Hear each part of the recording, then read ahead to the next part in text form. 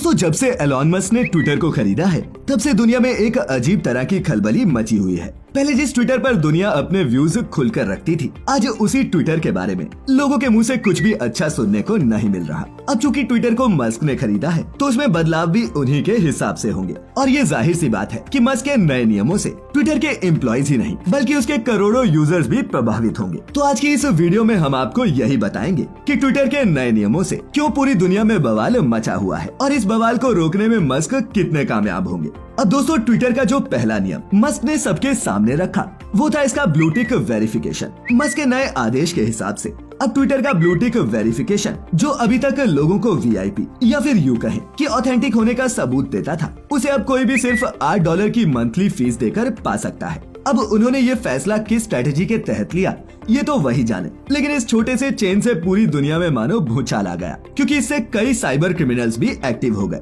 और उन्होंने फ्रॉड करने के लिए पहले तो अपने अकाउंट्स को वेरीफाई करवाया और उसके बाद उन अकाउंट्स को बड़ी बड़ी कंपनियों के नाम और लोगो से बदल दिया। अब इससे हुआ ये कि ये फेक हैंडल्स ऑफिशियल हैंडल्स जैसे ही दिखने लगे और फिर इनसे ऐसे ट्वीट किए गए कि इन्वेस्टर्स ने घबराहट में आकर अपने शेयर्स वापस ले लिए और कंपनी का स्टॉक गिर गया। इस स्कैम का सबसे बड़ा शिकार दुनिया भर में हथियारों की सप्लाई करने वाली अमेरिका की कंपनी लॉकहीड मार्टिन बनी। फिर इस प्रॉब्लम से निपटने के लिए भी एक ऑफिशियल का टैग आया, लेकिन वो सबके लिए नहीं आया और ये प्रॉब्लम अभी भी पूरी तरह से सॉल्व नहीं हो पाई है। अब दोस्तों ये तो उन कई में से सिर्फ एक प्रॉब्लम है जो ट्विटर में चल रही है और इनमें से सबसे बड़ी प्रॉब्लम है ट्विटर के खुद का फ्यूचर, क्योंकि मस्क जिस तरह की वर्किंग कंडीशंस इस कंपनी पर थोपना चाह रहे हैं उससे कंपनी के वर्क एथिक्स खतरे में पड़ गए हैं।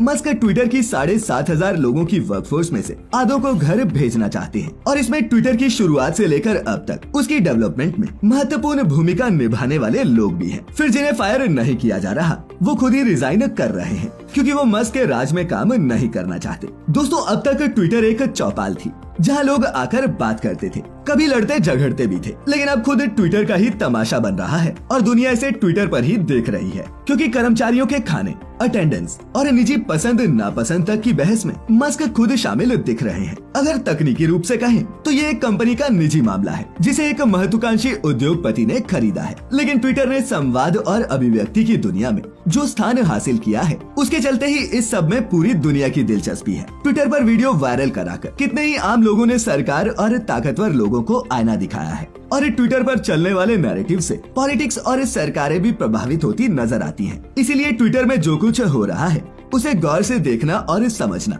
सभी के लिए जरूरी है और इस सवाल का जवाब खोजना भी कि मस्क जो कर रहे हैं वो क्या एक मैडनेस है या फिर उसमें कोई मेथड है जिसे फिलहाल हम मैंगो पीपल नहीं समझ पा रहे। अब बात करते हैं कि ट्विटर के एम्प्लॉइज कंपनी छोड़ क्यों रहे हैं। दरअसल 16 नवंबर को ट्विटर के नए मालिक एलॉन मस्क ने अपने एम्प्लॉइज को एक ईमेल भेजा। इस ईमेल का टाइटल था फोक इन द रोड यानी कि रास्ते का कांटा। मस्क ने इस ईमेल के जरिए अपने एम्प्लॉइज से कहा अगर आप ये तय कर चुके हैं कि आपको नए ट्विटर का हिस्सा बनना है तो आप नीचे दिए गए हाँ के लिंक पर क्लिक करें। मस्क ने अपने कर्मचारियों से कहा कि ट्विटर को अब सख्त होने की जरूरत है, जिसका मतलब है कि कर्मचारियों के काम के घंटे बढ़ जाएंगे और काम का प्रेशर भी पहले से ज्यादा होगा। आसान भाषा में कहें तो एलॉन मस्क ने ट्विटर के कर्मचारियों को साफ कह दिया कि अगर आपको काम करना है तो हमारे नियमों से ही करना होगा, नहीं तो आप कंपनी छोड़कर जा सकते हैं। कई कर्मचारियों ने मस्क द्वारा भेजे गए इस प्लेस टू वर्क फॉर्म पर हस्ताक्षर करने से ही इनकार कर दिया और सेवरेंस पे लेकर नौकरी छोड़ने का फैसला किया।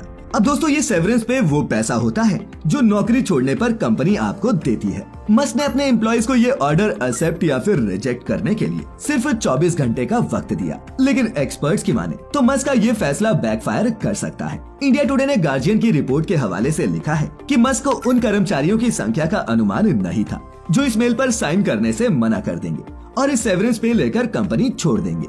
ऐसी भी खबरें आई कि मस्क ने कुछ टॉप ऑफिशियल से मिलकर उन्हें मनाने की कोशिश भी की क्योंकि ट्विटर के बहुत सारे कर्मचारी इस्तीफा दे रहे हैं। मीडिया रिपोर्ट्स की माने तो इसमें ऐसे इंजीनियर्स भी शामिल हैं जो ट्विटर के ठीक से काम न करने या फिर अस्थिर होने पर आने वाली दिक्कतों को ठीक करने का काम करते हैं। यानी कि अब अगर ट्विटर पर कोई प्रॉब्लम आती है तो कंपनी छोड़ रहे इंजीनियर्स इसे ठीक करने के लिए वहां होंगे ही नहीं। मस्क के इस ईमेल के बाद कंपनी से इस्तीफा देने वाले कर्मचारियों का सही आंकड़ा अब तक सामने नहीं आया है, लेकिन ये आंकड़ा सैकड़ों में है और इसमें ऐसे कई लोग शामिल हैं जो इस कंपनी में 10 साल से भी ज्यादा वक्त बिता चुके हैं। एलॉन मस्क ने इस साल अप्रैल में ट्विटर को खरीदने का ऐलान किया था। उन्होंने ट्विटर को 44 अरब डॉलर्स यानी कि लगभग 3.5 लाख करोड़ रुपए में खरीदने का ऑफर दिया था, लेकिन तब स्पैम और फेक अकाउंट्स की वजह से उन्होंने इस डील को होल्ड पर रख दिया। इसके बाद 8 जुलाई को मस्क ने डील तोड़ने का फैसला लिया, जिसके खिलाफ ट्विटर ने कोर्ट का रुख किया। फिर अक्टूबर महीने की शुरुआत में मस्क ने अपना रुख बदला और फिर से डील को पूरा करने के लिए तैयार हो गए। इसी बीच डेलावेयर कोर्ट ने भी 28 अक्टूबर तक इस डील को पूरा करने का आदेश दिया। मस्क ने 28 अक्टूबर को ही ट्विटर की कमान संभाली थी। मालिक बनने के बाद सबसे पहले उन्होंने ट्विटर के सीईओ पराग अग्रवाल, सीएफओ नेड सेगल और legal affair policy head Vijaya गाडे को कंपनी से टर्मिनेट कर दिया। मस्क ने ट्विटर के सीईओ पराग अग्रवाल और नेड सेगल पर सोशल मीडिया प्लेटफॉर्म पर फर्जी खातों की संख्या को लेकर उन्हें और ट्विटर निवेशकों को गुमराह करने का आरोप लगाया। ट्विटर से कर्मचारियों की छटनी पर एलॉन मस्क ने ट्वीट कर कहा था कि जब कंपनी हर दिन 40 लाख डॉलर्स यानी लगभग 32 करोड़ 77 लाख रुपए से ज्यादा रुपए का नुकसान झेल रही हो तो उनके पास कोई और विकल्प नहीं बचता। मस्क यही नहीं रुके, उन्होंने करीब 3500 कर्मचारियों जिसमें पूरा बोर्ड ऑफ डायरेक्टर्स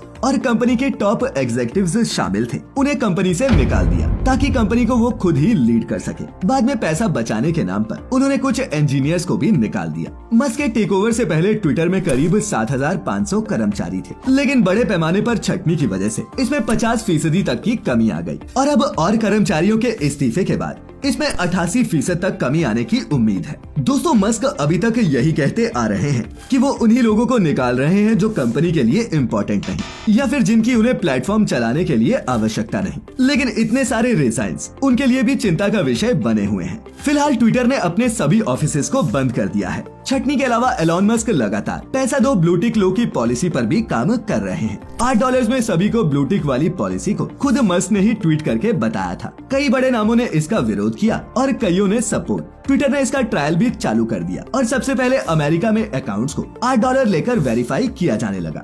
इसके बाद इस पॉलिसी के साइड इफेक्ट्स आना भी शुरू हो गए। फेक यूजर्स ने पैसे देकर अकाउंट वेरीफाई करवाए और कई बड़े नाम जिसमें पेप्सिको से लेकर पूर्व अमेरिकी राष्ट्रपति डोनाल्ड ट्रंप तक शामिल हैं, के नाम से फर्जी अकाउंट वेरीफाई करवाए गए। खुद मस्क की अपनी कंपनी टेस्ला और स्पेसएक्स भी इससे नहीं बच पाए। इनके नाम के भी कई फर्जी अकाउंट्स वेरीफाई हो गए, लेकिन इसने अमेरिका की एक दवा कंपनी को ऐसा नुकसान पहुंचाया कि मस्क को अपनी ये पॉलिसी रोकनी पड़ी। दरअसल किसी ने अमेरिका में इंसुलिन बनाने वाली बड़ी pharma company Eli Lilly and company के नाम से एक पैरोडी अकाउंट बनाया, उसे $8 देकर ट्विटर से वेरीफाई करवाया और फिर ये ट्वीट किया, हमें ये अनाउंस करते हुए बहुत खुशी हो रही है कि अब हमारी इंसुलिन फ्री है। ये ट्वीट 10 नवंबर को किया गया। 11 नवंबर की शाम तक इसका असर दिखने लगा। मीडिया रिपोर्ट्स के मुताबिक कंपनी के शेयर में पिछले दिन के मुकाबले 4.5% की गिरावट आई। इसे रुपए में समझें तो 1,20,000 करोड़ रुपए से ज्यादा का नुकसान, और इस नुकसान को सीधे सीधे उसी ट्वीट से जोड़कर देखा गया। इसी बीच असली एली लिली एंड कंपनी ने सफाई दी और अपने आधिकारिक ट्विटर हैंडल के बारे में लोगों को बताया।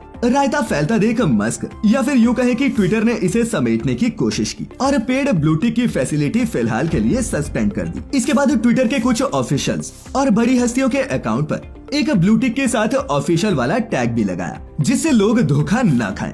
लेकिन लोगों का तो यही मानना है कि एलॉन मस्क ने जब से ट्विटर को खरीदा है तभी से इस कंपनी के इंफ्रास्ट्रक्चर को लेकर चिंता जताई जाने लगी है। ट्विटर खरीदने के बाद मस्क ने कहा था कि उन्होंने मानवता की सेवा करने के लिए ही इसे और बेहतर जगह बनाने के लिए खरीदा है, लेकिन फिलहाल जैसा उन्होंने वादा किया था वैसा कुछ भी होता नहीं दिख रहा। ट्विटर पर एक हैशटैग RIP ट्विटर बहुत ट्रेंड कर रहा है। ऐसे में यह सवाल उठना लाजमी है कि क्या ये ट्विटर का अंत है या फिर एक नए ट्विटर की शुरुआत। आप इसके बारे में क्या सोचते हैं, नीचे कमेंट्स में लिखकर जरूर बताएं। और आज की ये वीडियो आपको इंटरेस्टिंग लगी हो तो इसे अपने दोस्तों के साथ भी शेयर जरूर करना। मिलेंगे फिर किसी ऐसी ही वीडियो में, तब तक के लिए आपका बहुत बहुत शुक्रिया।